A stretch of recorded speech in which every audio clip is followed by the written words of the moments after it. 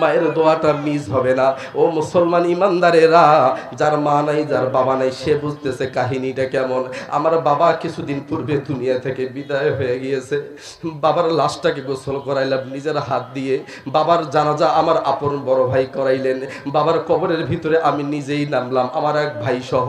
আমরা আপন দুই ভাই বাবার কবরের ভিতরে নামাইয়া বাবার লাশটা যখন দিয়ে দেই, মনে পড়ে গেল আহারে সারা জীবন বাবা কেমনে আমাকে আদর করিয়েছে। বাবা নিজে না খাইয়া আমাকে খাওয়াইছে, নিজে না পরে পোশাক আমাকে পরাইছে। আজকে বাবাকে জমনে জনমের মতো রাখা রেখে দিয়ে গেলাম। এই বাবাকে আর জীবনে দেখবো না।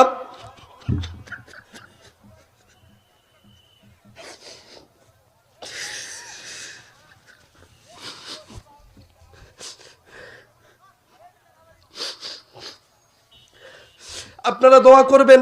আগামী মঙ্গলবার আবার মক্কা মদিনায় যাচ্ছি।